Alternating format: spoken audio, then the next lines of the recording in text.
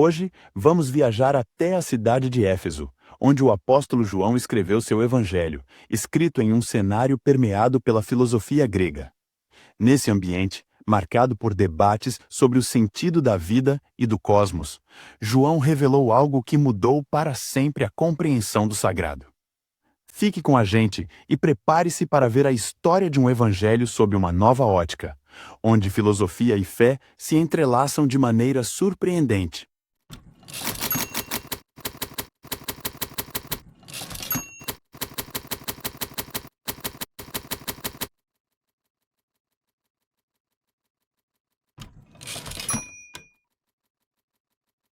O Evangelho de João foi escrito algum tempo depois dos três primeiros evangelhos.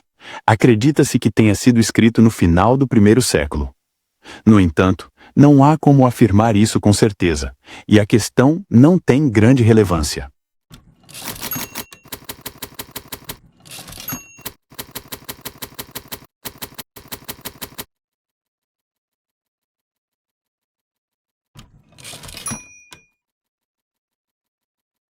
Embora o Evangelho de João seja anônimo, há indícios que sugerem a autoria do apóstolo João. O cenário histórico do Evangelho é evidente em seu próprio conteúdo, o que torna a questão da autoria secundária para a interpretação. O prólogo de João, capítulo 1, versículos do 1 ao 18, introduz o conceito do Logos. Isso sugere que o Evangelho dialogava com audiências que estavam expostas à cultura helenística. O prólogo se refere à introdução do livro, ou seja, os primeiros versículos que apresentam temas centrais que serão desenvolvidos ao longo do texto. No entanto, a afirmação de que foi escrito por um autor inspirado é essencial.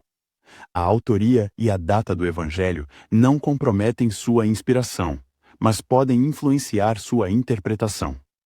Por isso, os comentaristas buscam compreender o contexto histórico e a ocasião que motivaram sua escrita.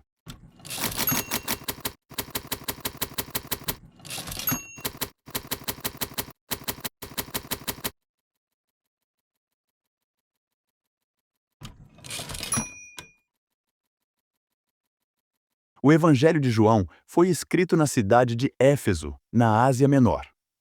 Paulo fundou uma igreja lá por volta de 54 d.C. Ele usou a sala de aula de Tirano, Atos capítulo 19, versículo 9, para pregar o evangelho em Éfeso. Este local provavelmente era um lugar onde a filosofia era ensinada. Podemos dizer então que a igreja de Éfeso nasceu em um ambiente de filosofia grega. A cidade de Éfeso estava localizada na província romana da Ásia, localizada a oeste na atual Turquia. Era apenas uma parte da Ásia Menor. Não confunda Ásia e Ásia Menor com o continente asiático. Já a Ásia Menor era região geográfica, não uma província, uma península, ou seja, um pedaço de terra que está quase completamente cercado por água, mas ainda ligado ao continente por uma parte menor, como um braço de terra. A Ásia Menor correspondia à Grande Península, onde hoje fica a maior parte da Turquia. Durante o Império Romano, essa região foi dividida em várias províncias, incluindo a Ásia, mas também outras como Galácia, Capadócia, Bitínia, Ponto e etc. Resumindo, a Ásia era apenas uma parte da Ásia Menor.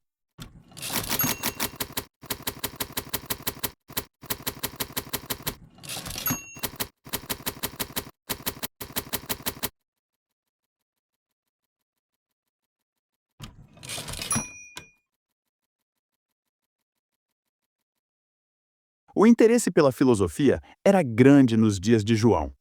Atos capítulo 17, versículos 18 ao 21. A Grécia havia desfrutado de uma era de ouro da filosofia vários séculos antes, e ainda hoje nos lembramos de nomes como Sócrates, Platão e Aristóteles. Éfeso estava em um centro de cultura grega. O Evangelho de João foi escrito longe da Judéia entre um povo profundamente imbuído do espírito filosófico da civilização grega.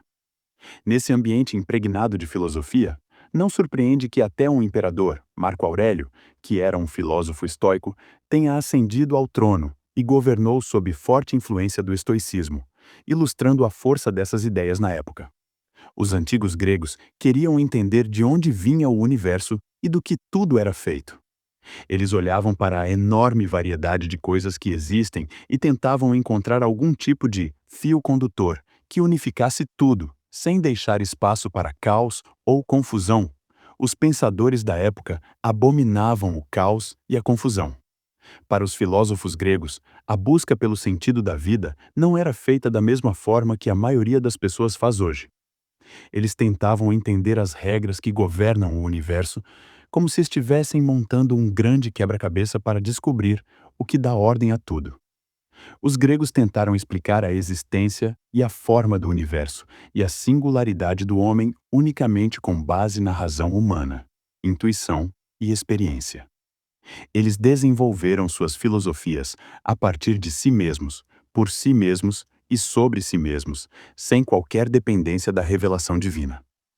Esse desejo de enxergar o mundo como um todo coerente foi tão forte que, bem antes de o Novo Testamento ser escrito, surgiu uma palavra importante no pensamento grego: logos. O filósofo Heráclito de Éfeso inaugurou esse conceito no cenário intelectual grego no século VI a.C. Ele acreditava que o cosmos estava em mudança incessante. Essa mudança era progressiva e regressiva ao mesmo tempo, avançando como fogo ardente e recuando no instante em que o fogo se apaga. Toda mudança, no entanto, está sob controle regulado do Logos. Portanto, a ordem do universo. A mudança deve estar em conformidade com padrões fixos de acordo com o Logos, que sujeita todas as mudanças à lei ordenada. Quando os gregos falavam do Logos, eles o viam como algo impessoal, uma realidade eterna, inteligente e última, mas impessoal. Ou seja, o Logos para os filósofos gregos não era uma pessoa, era como uma espécie de força organizadora do universo, uma energia ou uma lei que governava tudo. Para eles, não era uma pessoa, nem algo que pudesse se comunicar ou ter sentimentos. Era mais como uma lei da natureza ou uma energia que mantinha tudo funcionando com lógica e ordem. O Logos de Heráclito é impessoal, uma força ou entidade neutra. Depois que Heráclito apresentou sua ideia sobre o Logos, a tradição filosófica grega continuou se desenvolvendo até chegar a Platão, por volta do século IV a.C. Platão via o divino de modo ainda mais abstrato e distante, algo que acaba sendo bem complicado de entender para a maioria de nós. Desde que os gregos se depararam com a ideia do Logos, nunca mais a deixaram de lado. Ela os fascinava, especialmente os estoicos. Os estoicos sempre ficavam maravilhados com a ordem do mundo. Ordem sempre implica uma mente. Os estoicos perguntavam: o que mantém as estrelas em seus cursos? O que faz as marés subirem e descerem? O que faz o dia e a noite virem em ordem inalterável? O que faz as estações girarem em seus tempos determinados? E eles responderam: todas as coisas são controladas pelo Logos. O Logos é o poder que dá sentido ao mundo, o poder que faz do mundo uma ordem em vez de um caos, o poder que põe o mundo em movimento e o mantém em sua ordem perfeita. O Logos, disseram os estoicos, permeia todas as coisas. Embora Heráclito já tenha mencionado o conceito de Logos de forma enigmática, não de forma tão estruturada, foram realmente os estoicos os primeiros a apresentarem o conceito de Logos de uma maneira organizada e clara. Os estoicos também defendiam que a melhor forma de viver era de maneira equilibrada, sem exageros. Eles viam o mundo como tendo um sentido maior, um propósito final que vem de um poder racional chamado Logos. Eles acreditavam que o Logos é a razão que organiza e mantém a ordem no universo. E viver de forma moderada era a maneira de estar em harmonia com essa força. Em outras palavras, ao buscar uma vida equilibrada e alinhada com a natureza, a pessoa se sintonizava com essa ordem universal. Os estoicos acreditavam que o universo não era apenas uma massa sem vida. Para eles, o Logos, essa razão ou força que organiza o universo, está presente em todas as coisas, sem separar o divino da natureza. Em outras palavras, eles viam Deus como a própria essência que permeia tudo. Alguns estudiosos utilizam o termo panenteísmo para descrever essa ideia de um Deus que está em tudo, mas que também transcende o universo. Ou seja, um Deus que está em tudo e, ao mesmo tempo, é maior do que tudo o que podemos ver e conhecer. Não confunda panenteísmo com panteísmo. A principal diferença é justamente essa questão da transcendência. No panteísmo, Deus e o universo são considerados a mesma coisa. Não há nada além do mundo que conhecemos. Já o panenteísmo afirma que, embora Deus esteja presente em tudo, ele também existe além do universo físico, o Logos, ou seja, tem uma dimensão que ultrapassa o que percebemos. Além das visões de Heráclito e dos estoicos, surgiu também na tradição filosófica grega o epicurismo como uma corrente que propõe uma forma diferente de entender a vida e o universo. Os epicuristas não deram a mesma ênfase ao conceito de logos que encontramos no pensamento estoico ou mesmo em Heráclito. Enquanto os estoicos viam o logos como a força racional que ordena o universo, os epicuristas eram materialistas. Para os epicuristas, tudo no universo, todas as coisas eram feitas de matéria e vazio, incluindo os humanos, objetos, estrelas, o divino e o logos. Para os epicuristas, além dos átomos, existia também o vazio, ou seja, espaços sem nada dentro que permitiam o movimento desses átomos. Se não houvesse esse espaço sem matéria, os átomos não conseguiriam se deslocar e nada mudaria ao nosso redor. Então, para explicar como tudo no universo se transforma, os epicuristas diziam que átomos e vazio andavam juntos. Sem vazio, os átomos não poderiam se mover. Sem átomos, não haveria o que existir. Epicuro ensinava que nós, e tudo em nosso mundo, somos feitos de átomos de diferentes qualidades. Por exemplo, os átomos da alma humana são lisos e redondos, e quando uma pessoa morria, eles acreditavam que seu corpo e alma se desintegravam. Ponto de vista prático e espiritual, essa visão epicurista tem várias implicações importantes. Primeira, se tudo, inclusive o divino e o que chamamos de alma, é composto de matéria e vazio, não há uma essência imortal que sobreviva à morte. Isso elimina a esperança de uma vida após a morte ou ressurreição, mudando profundamente a forma como as pessoas encaram a existência. Segunda, sem a promessa de recompensa ou punição após a morte, o foco se desloca para viver bem no presente.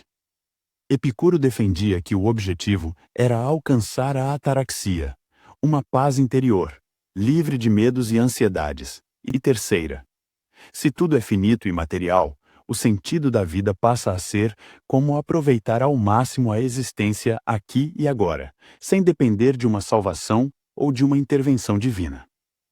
Essa visão estimula a valorização do presente e a busca de um prazer moderado, que evite sofrimento e inquietação. Ser um filósofo significava ser alguém que se dedicava a refletir sobre o sagrado, mesmo que cada grupo o interpretasse de maneira diferente, ou seja, não importava se alguém entendesse o sagrado de um jeito abstrato ou pessoal.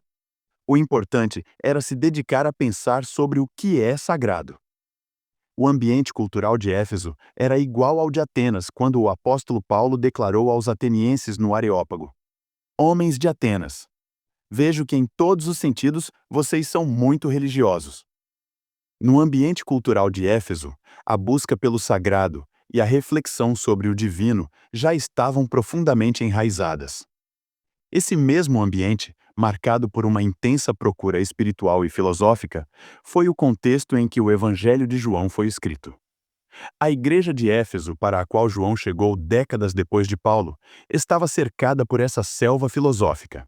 Para os filósofos, o exercício da filosofia implicava em se aprofundar na questão do divino, ou seja, investigar o que poderia ser chamado de Deus, independentemente de se tratar de uma entidade pessoal ou de uma força impessoal que organiza o universo. Em outras palavras, mesmo que o Logos, conforme apresentado por Heráclito, seja visto como uma força neutra e abstrata, esse interesse pelo divino revelava a busca por entender a ordem e a razão que regem toda a realidade. O problema de João não era apresentar o cristianismo ao mundo judaico, mas apresentá-lo ao mundo grego. A ideia de um Deus pessoal que se fez homem era absurda para os filósofos gregos. O Evangelho de João faz algo incrível.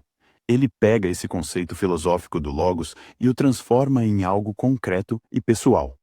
Em vez de um princípio abstrato que governa o universo, João diz que o Logos é Jesus Cristo, alguém que se relaciona com as pessoas, ensina, ama e traz salvação. Ou seja, ele pega essa busca pelo sentido da vida e mostra que a resposta não é uma ideia, mas uma pessoa.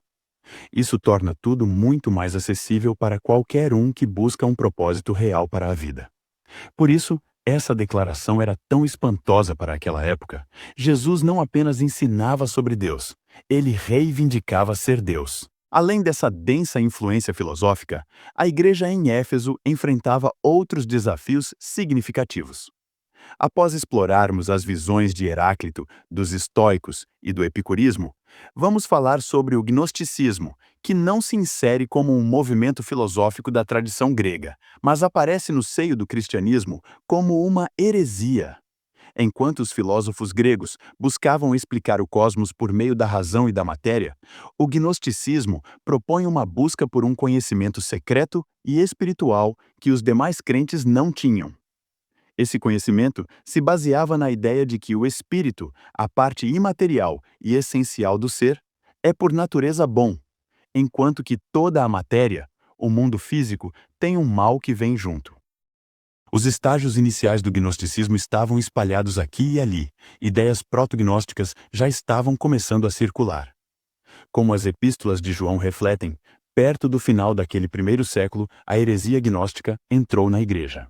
A doutrina básica do gnosticismo era que a matéria é essencialmente má e o espírito é essencialmente bom. Os gnósticos continuaram argumentando que, com base nisso, o próprio Deus não pode tocar a matéria e, portanto, não criou o mundo. O que ele fez foi emitir uma série de emanações.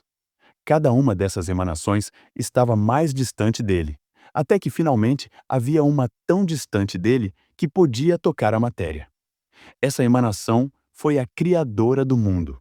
Por si só, essa ideia é ruim o suficiente, mas foi piorada por uma adição. Os gnósticos sustentavam que cada emanação sabia cada vez menos sobre Deus, até que houve um estágio em que as emanações não eram apenas ignorantes de Deus, mas na verdade hostis a ele.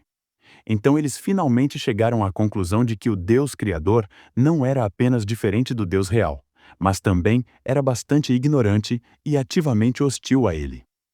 Cerinto de Éfeso, um dos líderes dos gnósticos, disse que o mundo foi criado, não por Deus, mas por um certo poder muito separado dele, e muito distante daquele poder que está sobre o universo, e ignorante do Deus que está sobre tudo. Naturalmente, se toda a matéria fosse má, então o gnosticismo teria um problema com a encarnação de Jesus, ou seja, com a ideia de que Deus tomou sobre si um corpo real. Dois métodos foram introduzidos para evitar esse problema. Primeiro, os gnósticos docéticos, que significa aparecer, argumentaram que Jesus apenas parecia ter um corpo. Eles sustentavam que Jesus não tinha um corpo real. Um corpo é matéria, e Deus não podia tocar a matéria. Portanto, Jesus era uma espécie de fantasma, uma aparição sem carne e sangue reais. Eles sustentavam, por exemplo, que quando ele pisou no chão, ele não deixou nenhuma pegada, pois seu corpo não tinha peso nem substância. Dentro dessa visão, não haveria como afirmar: o Verbo se fez carne. João capítulo 1, versículo 14. Os gnósticos sustentavam que Jesus era uma das emanações que haviam procedido de Deus. Eles sustentavam que ele não era divino em nenhum sentido real, que ele era apenas uma espécie de semideus que estava mais ou menos distante do Deus real, que ele era simplesmente um de uma cadeia de seres menores entre Deus e o mundo. Os gnósticos acreditavam que Deus não tinha nada a ver com a criação do mundo. É por isso que João começa seu evangelho com a declaração ressonante: todas as coisas foram feitas por meio dele, e sem ele, nada do que foi feito se fez. João, capítulo 1, versículo 3. É por isso que João insiste que Deus amou o mundo de tal maneira. João capítulo 3, versículo 16. Diante dos gnósticos que tão erroneamente espiritualizaram Deus em um ser que não poderia ter nada a ver com o mundo, João apresentou a doutrina cristã do Deus que fez o mundo e cuja presença preenche o mundo que ele fez. A segunda teoria é às vezes chamada de gnosticismo seríntio, em homenagem ao seu principal porta-voz, Cerinto de Éfeso, um oponente persistente e um crítico assíduo do apóstolo João. Cerinto acreditava que o Cristo divino veio sobre o Jesus humano em seu batismo, mas o deixou antes da crucificação. O Evangelho de João foi escrito para afirmar a eternidade e a preexistência do Cristo que se tornou carne, mantendo sua divindade durante toda a vida de Jesus. Em meio ao efervescente cenário filosófico de Éfeso, o paganismo também deixava sua marca. Éfeso era o local do templo de Ártemis. Era o maior edifício do mundo grego e era feito inteiramente de mármore. Este templo foi reconhecido como uma das 7 maravilhas do mundo antigo. Ártemis era a deusa grega da fertilidade. O povo de Éfeso era excessivamente devotado à sua adoração. Eles acreditavam no mito de que há muito tempo a imagem de Ártemis havia caído do céu. Os habitantes da Ásia geralmente eram devotos fanáticos da deusa. Mas os cidadãos de Éfeso se consideravam desfrutando de um privilégio especial. Eles eram guardiões do templo da grande Ártemis e de sua imagem. O livro de Atos registra que a oposição mais hostil à pregação de Paulo veio de adeptos deste culto e de empreendedores locais cujo sustento dependia disso. Perto do fim da estadia de Paulo em Éfeso, um ourives local chamado Demétrio organizou um quase motim contra Paulo, enchendo o teatro de Éfeso de 24.000 lugares, com devotos da deusa cantando repetidamente: "Grande é Ártemis de Éfeso." Atos capítulo 19. A partir das evidências arqueológicas, observa-se que ritos de mistério e magia eram celebrados no culto de Ártemis.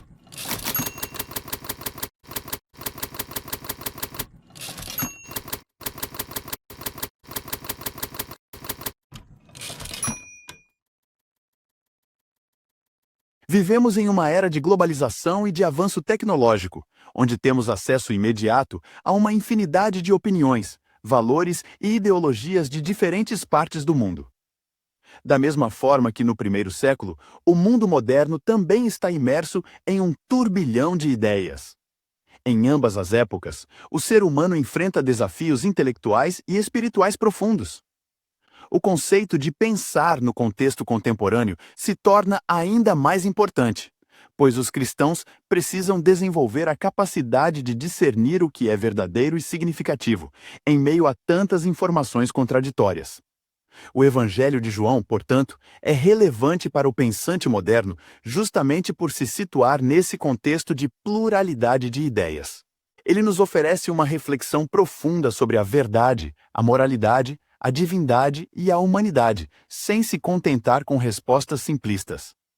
Ele exige que o leitor se envolva, questione e, ao mesmo tempo, encontre respostas que não são apenas intelectuais, mas também existenciais e espirituais. A boa notícia é que, ao refletirmos sobre o Evangelho de João, podemos encontrar uma visão clara e profunda de quem é Jesus.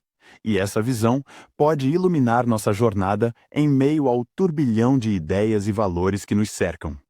Assim, o Evangelho de João não é apenas um convite a crer, mas um convite a refletir, questionar e, por meio dessa reflexão, experimentar a vida que ele oferece. Portanto, há uma resposta para a questão da vida, do universo e de tudo. A resposta é Jesus, o Verbo feito carne. Mas ainda há uma diferença entre ouvir a resposta e receber a resposta. A própria resposta de Deus à questão da existência é uma resposta difícil. É difícil não porque esteja além da nossa compreensão, mas porque exige nossas vidas. Como estudantes da Bíblia, enfrentamos o mesmo desafio que as testemunhas do Verbo feito carne. Aceitaremos genuinamente a resposta que Deus deu à questão mais importante de todas? João responde a questões filosóficas complexas fundamentando-se na doutrina cristã.